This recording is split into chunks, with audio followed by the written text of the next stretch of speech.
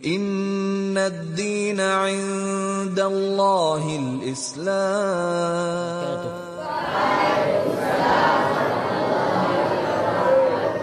إن الحمد لله نحمده ونستعينه ونستغفره ونعوذ بالله من شرور أنفسنا ومن سيئات أعمالنا من يهده الله فلا مضل له ومن يضلل فلا هادي له أشهد أن لا إله إلا الله وحده لا شريك له وأشهد أن محمدا عبده ورسوله.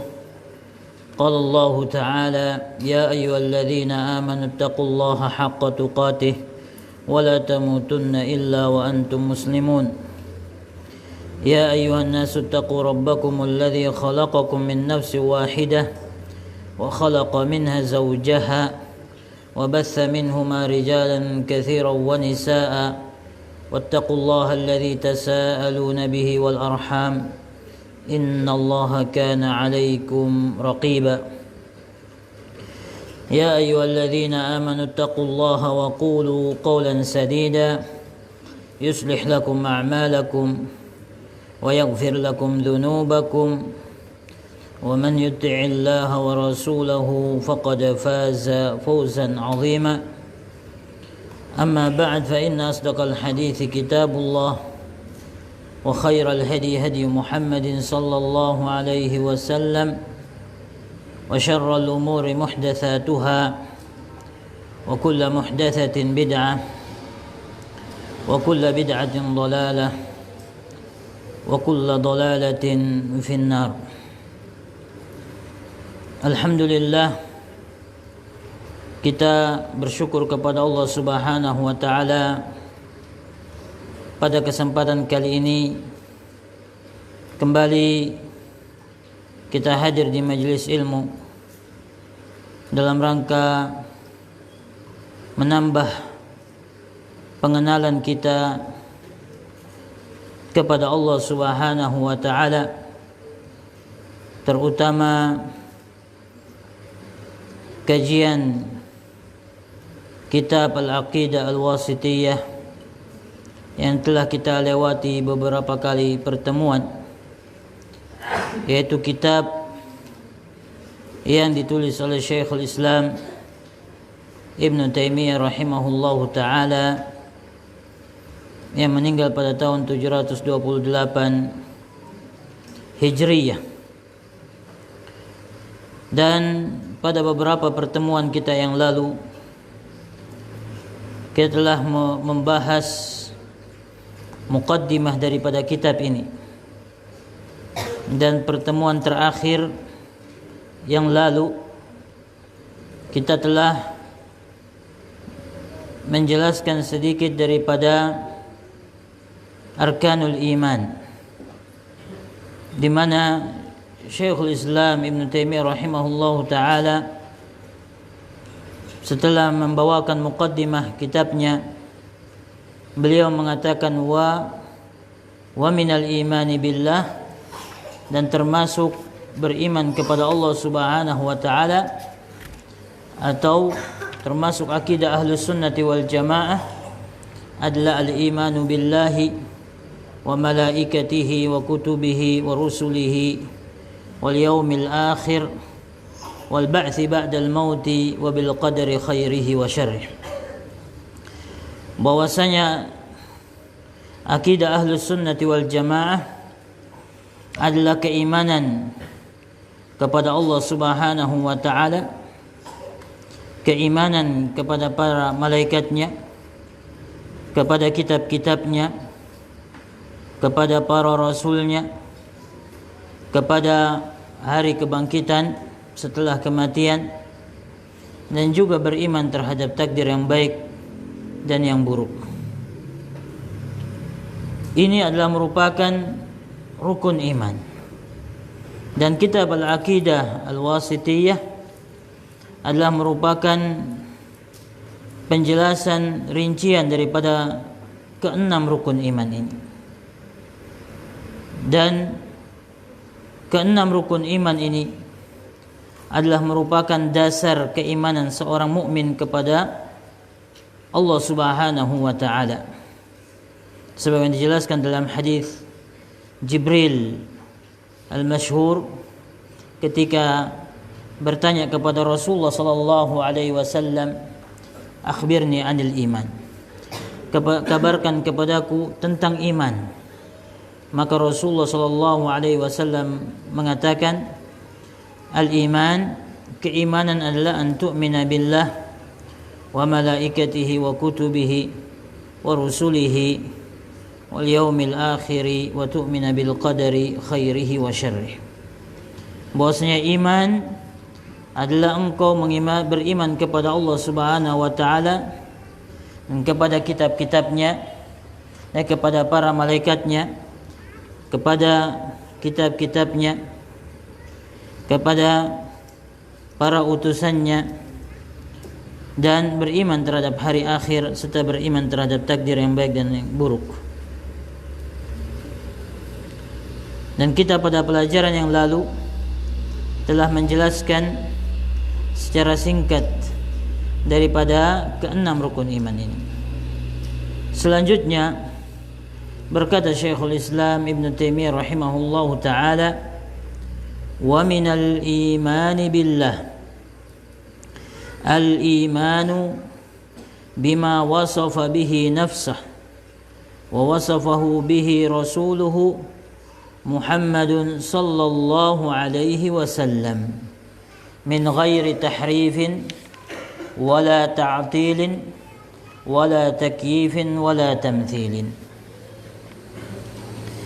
Dan termasuk keimanan kepada Allah Subhanahu wa taala adalah beriman dengan apa yang Allah Subhanahu wa taala sifatkan dirinya dengannya, dan apa yang disifatkan oleh nabinya Muhammad sallallahu alaihi wasallam tentang rasulnya, min ghairi tahrifin, tanpa menyimpangkan maknanya, wala ta'tilin, dan tanpa meniadakan maknanya, wala tamthilin, dan tanpa menyerupakan maknanya, wala takyifin, wala min ghairi tahrifin wala ta'til wala takyifin wala tamthil.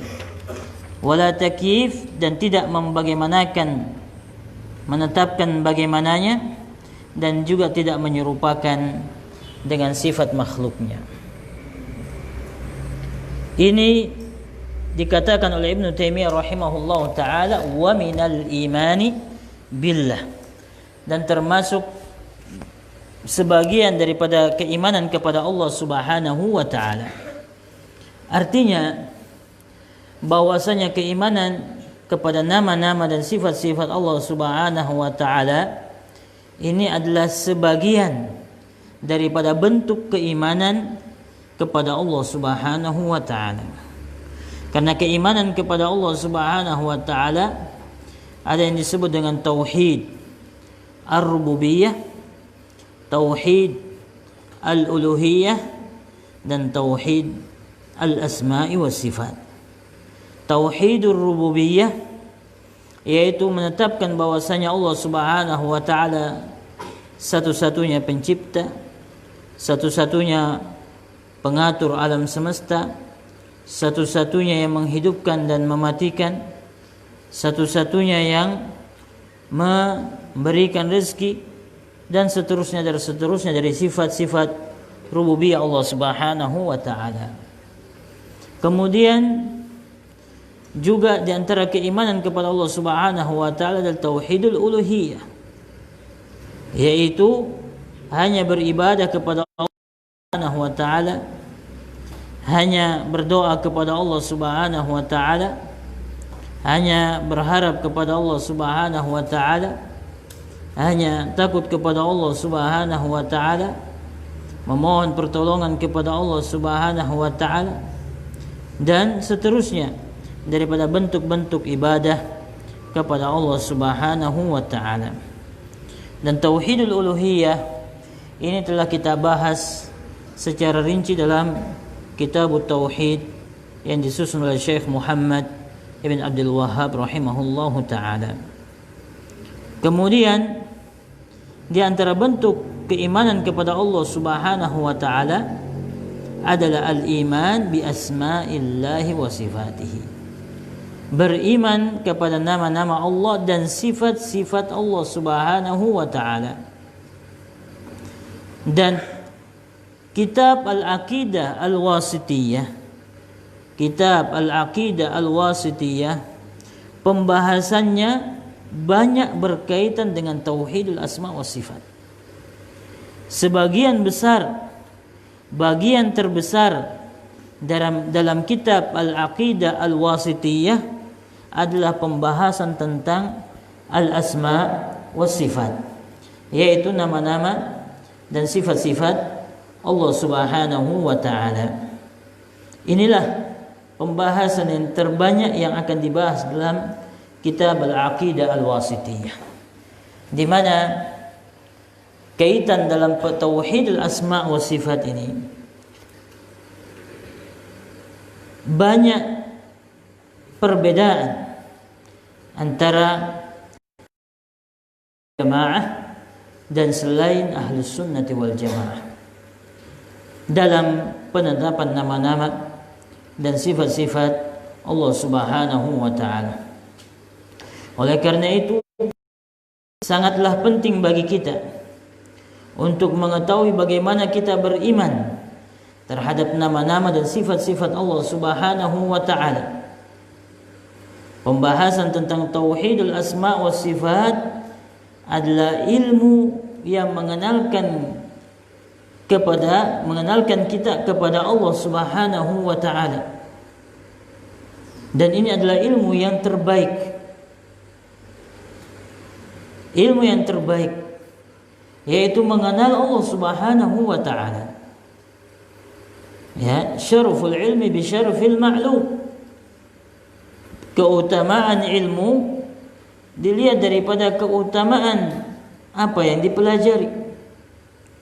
Dan tauhidul asma wa sifat mempelajari apa? Mempelajari tentang nama-nama dan sifat-sifat Allah Subhanahu wa taala.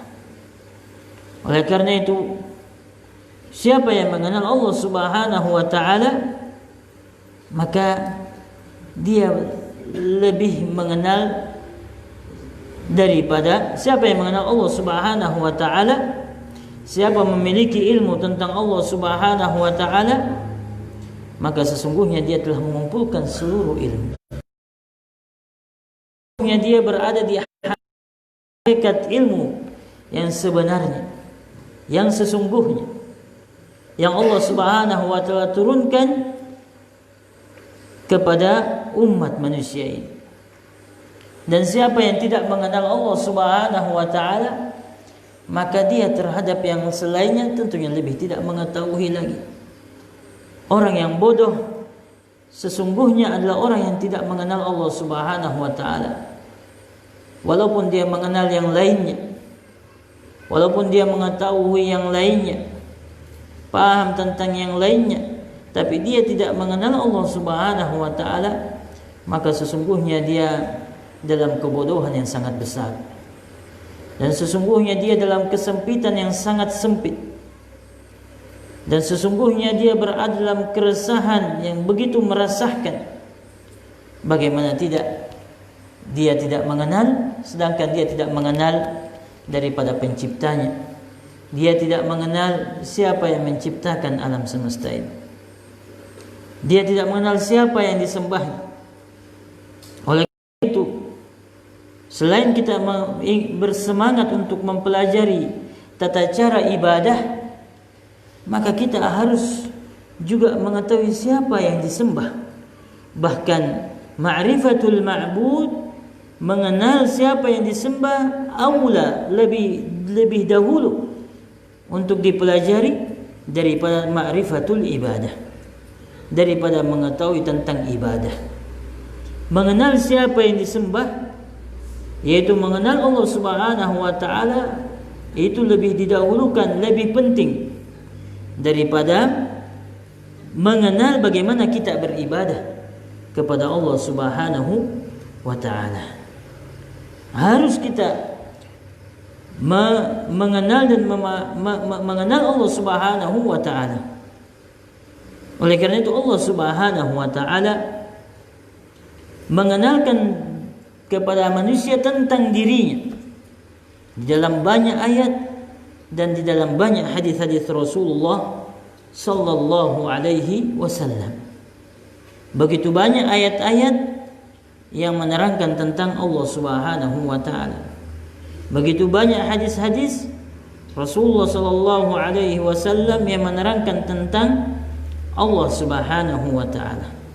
Dan kitab Al-Aqidah Al-Wasithiyah ini akan banyak membahas tentang pengenalan tentang kaitannya dengan tauhidul asma wa sifat, yaitu nama-nama terlebih lagi dari kaitannya Allah Subhanahu wa taala. Dan ini adalah karunia besar. Ini adalah karunia besar. Bahkan ini adalah karunia yang terbesar. Ini adalah nikmat yang terbesar ketika seseorang mengenal Allah Subhanahu wa taala. Lebih besar daripada karunia-karunia yang lainnya, yaitu karunia mengenal Allah Subhanahu wa taala. Sehingga seseorang mengenal siapa yang dia sembah, mengenal sehingga seseorang bisa sampai kepada Allah Subhanahu wa taala dan keridhaan kepada Allah Subhanahu wa taala. Karena sesungguhnya bab al-asma' was sifat, pengenalan tentang nama-nama dan sifat-sifat Allah Subhanahu wa taala adalah jalan yang terbaik untuk menuju keridhaan Allah Subhanahu wa taala.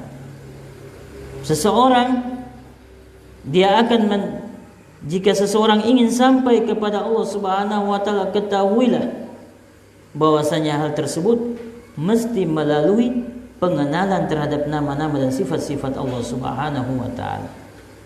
Tidak mungkin seseorang sampai kepada Allah Subhanahu wa taala tanpa melalui jalan ini, tanpa melalui jalan nama-nama dan sifat-sifat Allah Subhanahu wa taala yang mengenalkan dia kepada Allah Subhanahu wa taala. Tidak mungkin seseorang berada di atas siratul mustaqim yang menyampaikan dia kepada surga kecuali dengan mengenal nama-nama dan sifat-sifat Allah Subhanahu wa taala. Bagaimana mungkin dia takut kepada Allah kalau dia tidak kenal Allah? Bagaimana mungkin dia cinta kepada Allah kalau dia tidak kenal Allah? Bagaimana mungkin dia berharap kepada Allah Subhanahu wa taala kalau dia tidak mengenal Allah? Jika dikatakan kepada seseorang bahwasanya engkau memiliki Rabb yang bernama Allah Subhanahu wa taala, sembahlah dia. Tetapi orang ini tidak mengetahui bahwasanya Allah Subhanahu wa taala memiliki nama-nama dan sifat-sifat. Allah Subhanahu wa taala mendengar dan melihat. Allah Subhanahu wa taala berkuasa atas segala sesuatu. Allah Maha Penyayang, Allah Maha Pengampun, Allah Maha Pemberi rizki. Dan mana keadaan orang ini yang menyembah kepada Allah Subhanahu wa taala, sedangkan dia dalam keadaan tidak mengenal daripada nama-nama dan sifat-sifat Allah tersebut? Maka tentunya dia dalam keadaan kesempitan yang sangat menyesakkan, karena dia tidak mengenal bahwasanya Allah Subhanahu wa taala memiliki nama-nama dan sifat-sifat yang mulia yang dijelaskan dalam Al-Qur'an dan sunnah Rasulullah sallallahu alaihi wasallam. Oleh karena itu Allah Subhanahu wa taala, begitu juga Rasulullah sallallahu alaihi wasallam, begitu banyak menjelaskan tentang nama-nama dan sifat-sifat Allah Subhanahu wa taala. Supaya seseorang berada dalam ibadah yang benar, yang karenanya dia diciptakan di muka bumi ini, di mana kita diciptakan oleh Allah. Untuk apa? Wa ma khalaqtul jinna wal insa illa liya'budun. Tidaklah saya ciptakan jin dan manusia kecuali untuk beribadah. Dan ketika seseorang ingin beribadah kepada Allah Subhanahu wa taala, seseorang ingin kemudian dia menggantungkan harapan kepada Allah Subhanahu wa taala, mengenal bahwasanya Allah Subhanahu wa taala adalah Rabb-nya, mengenal bahwasanya Allah Subhanahu wa taala tempat bergantungnya, tempat memohon kepadanya, maka dalam mewujudkan ini, maka seseorang mesti terantar dengan pengenalan terhadap nama-nama dan sifat-sifat Allah Subhanahu wa taala. Ketika dia mengetahui nama-nama dan sifat-sifat Allah Subhanahu wa taala, maka dia tambah benar ibadahnya, tambah baik ibadahnya, dan dia tambah berharap, tambah cinta, tambah takut, tambah takwa, tambah iman kepada Allah Subhanahu wa taala, karena dia mengenal Allah Subhanahu wa taala. Siapa yang paling mengenal Allah Subhanahu wa taala, maka dia kepada Allah Subhanahu wa taala. Ini kaidahnya. Paling mengenal Allah Subhanahu wa taala, maka dialah yang paling beribadah kepada Allah Subhanahu wa taala. Sebagaimana dikatakan sallallahu alaihi wasallam, inni a'lamukum billah wa akhsyakum lah. Sesungguhnya saya adalah yang paling mengenal Allah Subhanahu wa taala di antara kalian, dan saya adalah yang paling takut kepada Allah Subhanahu wa taala di antara kalian. Dan inilah al-asma wa sifat. Inilah pengenalan terhadap nama-nama dan sifat-sifat Allah Subhanahu wa taala. Rasulullah sallallahu alaihi wasallam bahkan di dalam beberapa hadis menerangkan tentang beberapa permisalan yang menunjukkan betapa Allah Subhanahu wa taala, beberapa contoh yang menunjukkan bahwasanya Allah Subhanahu wa taala memiliki nama-nama dan sifat-sifat yang itu berpengaruh terhadap keimanan seseorang.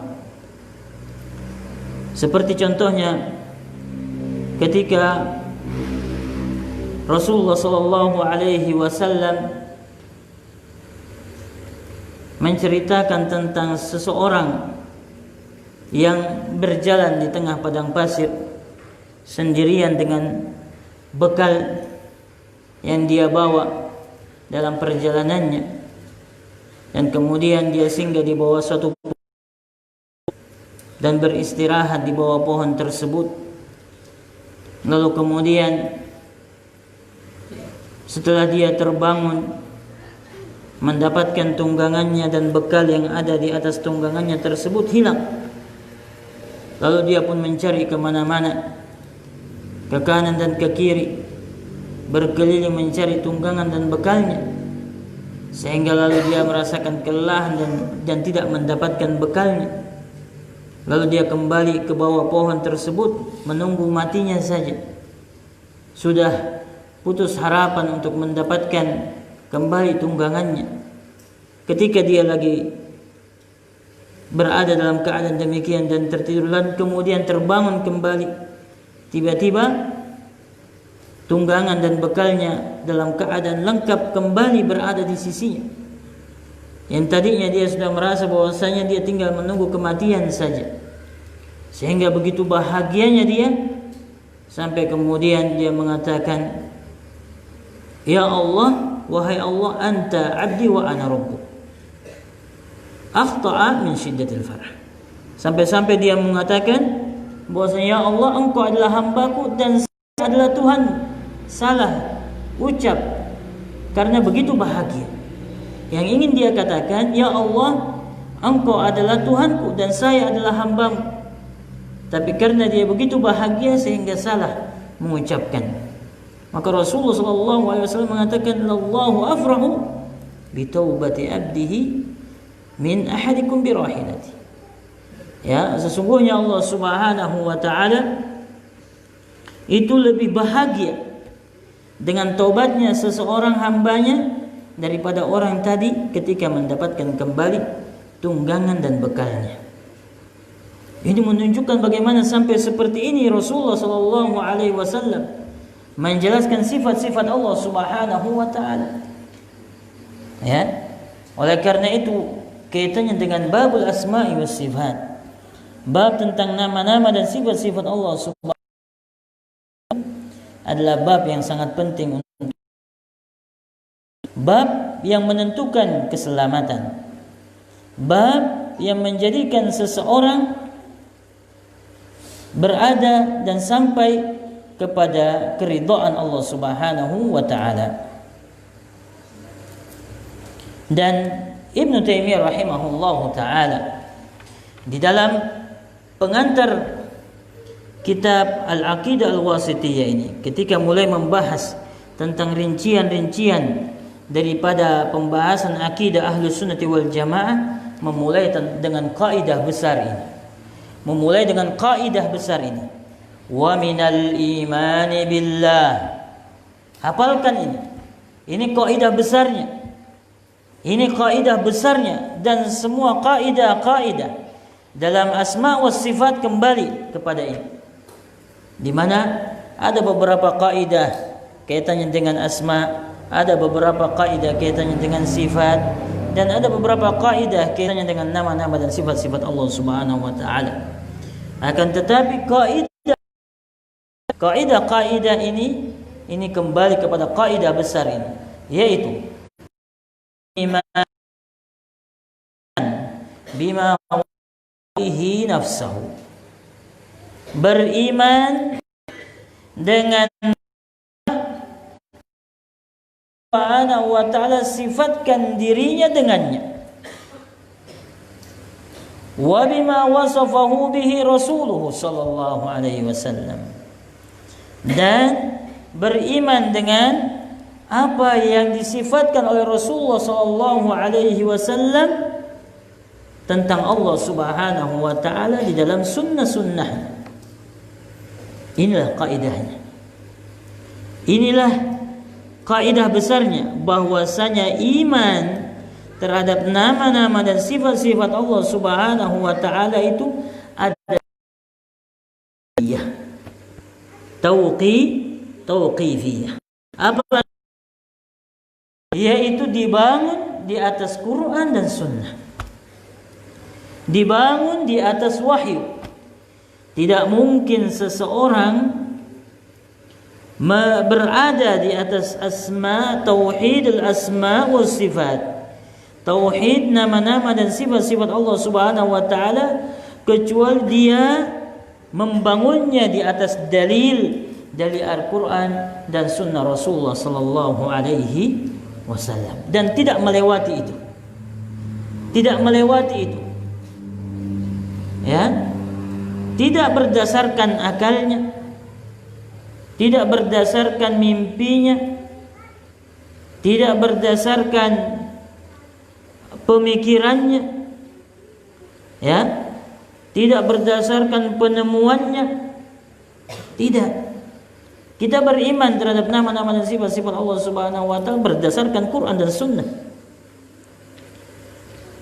Adapun seseorang yang beriman terhadap nama-nama dan sifat-sifat Allah Subhanahu wa taala di luar daripada Al-Qur'an dan Sunnah, maka sesungguhnya dia membangun imannya di atas hawa nafsunya.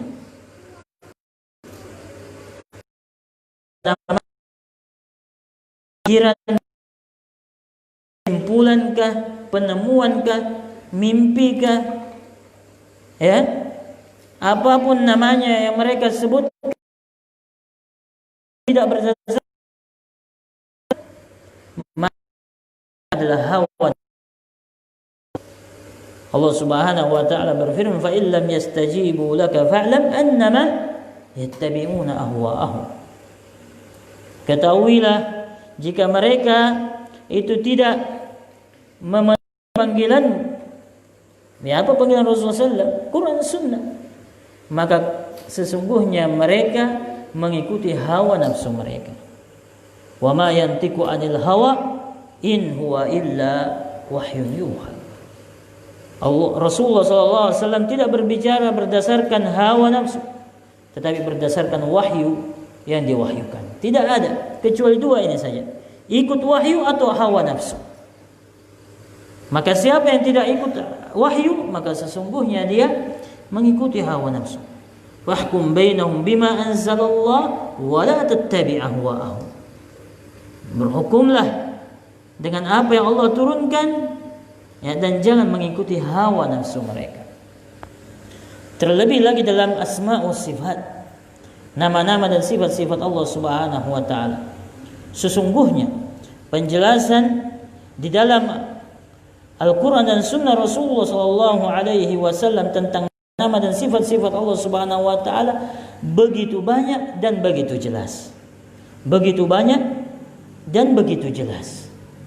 Akan tetapi sangat disayangkan, justru pada hal yang begitu jelas ini, yaitu berkaitan dengan nama-nama dan sifat-sifat Allah Subhanahu Wa Taala, justru pada hal yang seperti ini banyak kelompok-kelompok yang kemudian menyimpang daripada Al-Quran dan Sunnah Rasulullah Sallallahu Alaihi Wasallam, meninggalkan daripada Al-Quran dan Sunnah Rasulullah Sallallahu Alaihi Wasallam dalam perkara yang begitu jelas ini. Jikalau Rasulullah Sallallahu Alaihi Wasallam meninggalkan umatnya dalam keadaan umatnya ditinggalkan dalam petunjuk yang jelas, bahkan sampai kaitannya dengan tata cara buang hajat,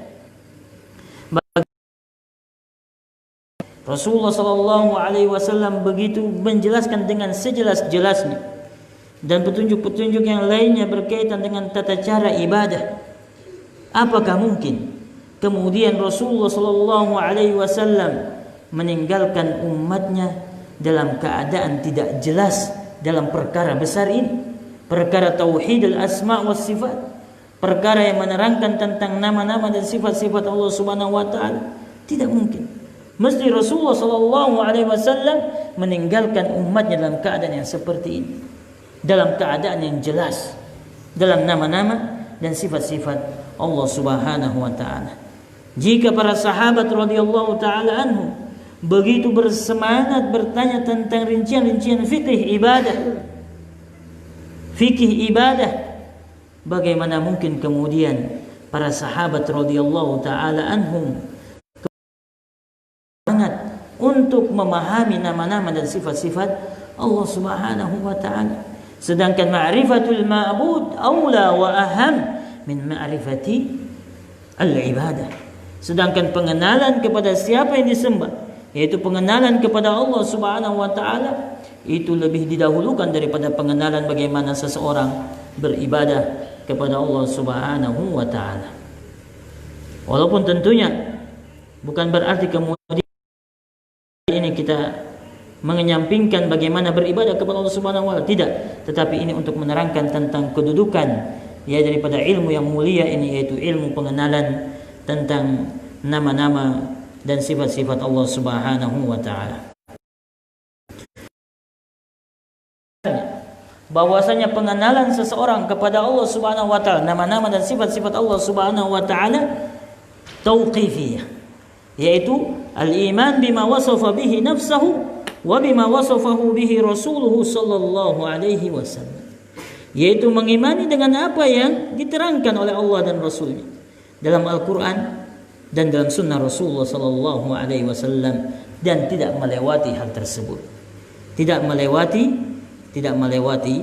daripada Al-Quran dan sunnah Rasulullah sallallahu alaihi wasallam.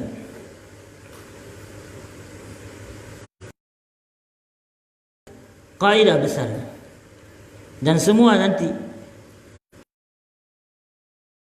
hal-hal yang akan kita bahas semua adalah merupakan rincian daripada kaidah besar ini, yaitu keimanan kepada nama-nama dan sifat-sifat Allah Subhanahu wa taala adalah tauqifiyah, yaitu hanya berhenti terhadap Al-Quran dan sunnah Rasulullah sallallahu alaihi wasallam. Kenapa?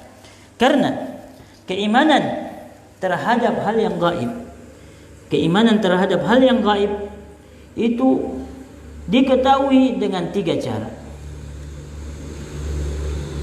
Hal yang gaib itu kita bisa ketahui dengan 3 cara. Cara yang pertama, bahwasanya yang gaib itu menjadi nyata. Yang tadinya gaib menjadi nyata. Ya. Yang tadinya gaib menjadi nyata. Dan Allah Subhanahu wa taala gaib dari kita. Kita tidak melihat Allah Subhanahu wa taala dan kita tidak akan melihat Allah Subhanahu wa taala di dunia ini.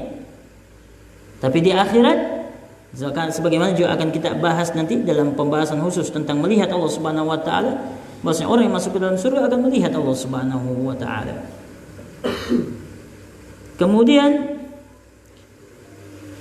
yang kedua, yaitu dengan cara kita melihat sesuatu yang gaib itu, kita melihat sesuatu yang semisalnya, yang seperti itu. Dan ini juga tidak ada yang serupa dengan Allah Subhanahu wa taala. Walam yakul lahu kufuwan ahad. Tidak ada yang menyerupai Allah Subhanahu wa taala. Ya, laisa kamitslihi syai', tidak ada yang menyerupai Allah Subhanahu wa taala. Oleh karena itu kedua cara ini tidak kita bisa tempuh, yaitu di dunia ini, yaitu kita tidak. Yang pertama, cara yang pertama yaitu dengan melihat Allah Subhanahu wa taala ini tidak terjadi di dunia ini. Kemudian yang kedua, yaitu tidak ada yang menyerupai Allah Subhanahu wa taala. Oleh karena itu tidak ada jalan kecuali dengan jalan yang ketiga, yaitu kita mengetahui yang gaib dengan berita. Dengan kabar. Hanya dengan cara ini. Dan Allah Subhanahu wa taala begitu banyak mengabarkan tentang dirinya di dalam Al-Qur'an, begitu juga Rasulullah sallallahu alaihi wasallam begitu banyak mengabarkan tentang Allah Subhanahu wa taala di dalam sunnah-sunnah Rasulullah sallallahu alaihi wasallam.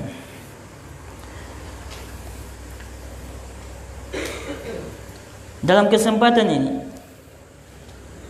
untuk menegaskan bahwasanya dalam tauhidul asma was sifat, itu hanya dibangun dengan Quran dan Sunnah Rasulullah sallallahu alaihi wasallam, maka kita akan bacakan beberapa perkataan ulama Islam yang menetapkan dan menegaskan tentang hal ini. Coba jam berapa sekarang? Coba ada 19:07. Ya. 5 menit lagi. Ya. Yang pertama adalah yang dikatakan oleh Imam Az-Zuhri rahimahullahu taala, minallahir risalah. Perhatikan baik-baik ini. Saya akan bacakan secara cepat saja dan menerangkan secara singkat saja.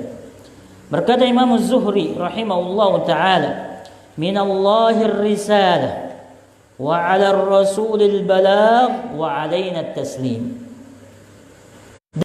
Subhanahu wa ta'ala ar-risalah, wahyu diturunkan dari Allah Subhanahu wa ta'ala, wa 'ala ar-rasulil balagh, dan rasul menyampaikan, wa 'alaina at-taslim, dan kita apa yang menjadi sikap kita? At-taslim, itu penyerahan diri dengan apa yang disampaikan oleh Rasulullah sallallahu alaihi wasallam.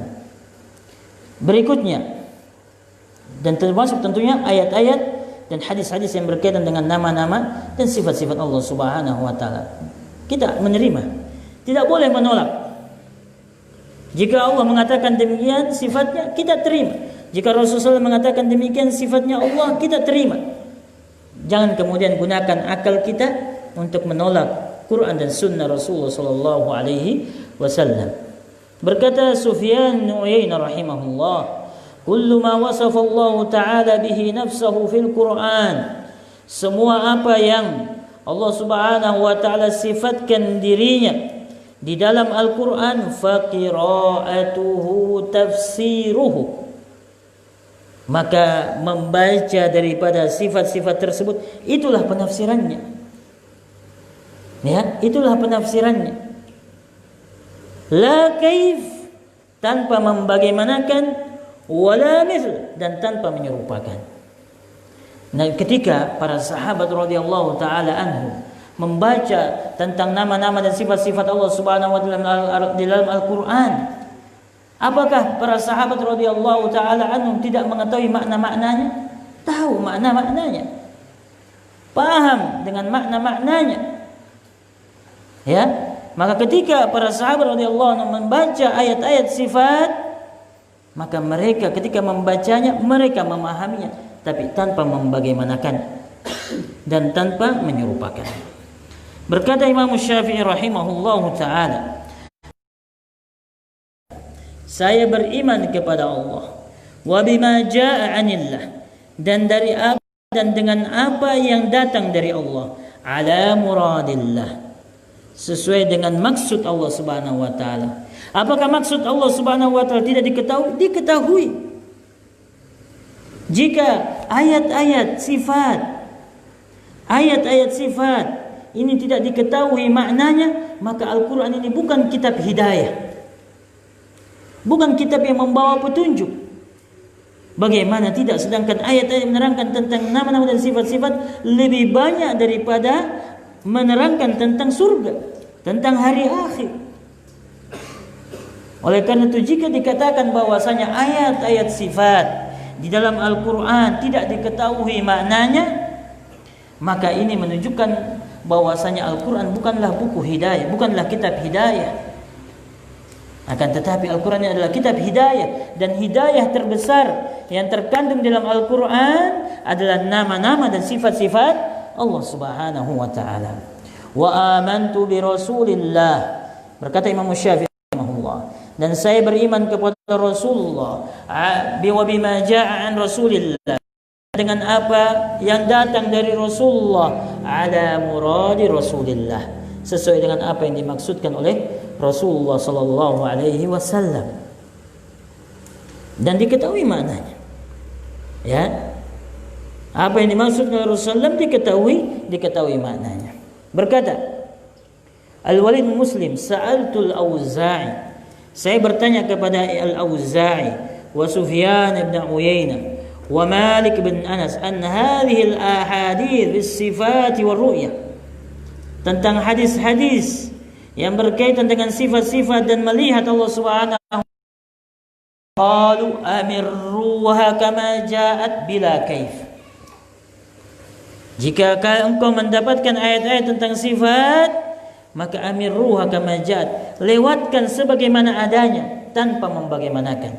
Amirruha kama ja'at, lewatkan sebagaimana adanya, yaitu sesuai dengan zahirnya daripada si ayat-ayat tersebut yang menerangkan tentang sifat-sifat Allah Subhanahu wa taala. Di sini menetapkan makna bila kaif, tanpa membagaimanakan.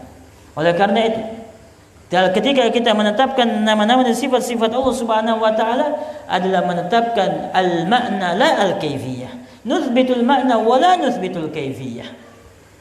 Kita menetapkan makna dan tidak menetapkan al-kaifiyah, menetapkan bagaimananya, tapi menetapkan makna yang terkandung di dalamnya. Perhatikan ini, perkataan seseorang, perkataan Imam Malik bin Anas, Imam Darul Hijrah. Ini luar biasa, ya, yang sangat baik sekali untuk dipahami, sehingga kita bisa keluar daripada syubhat-syubhat yang menyimpang dari pemahaman yang benar. Ketika Imam Malik ditanya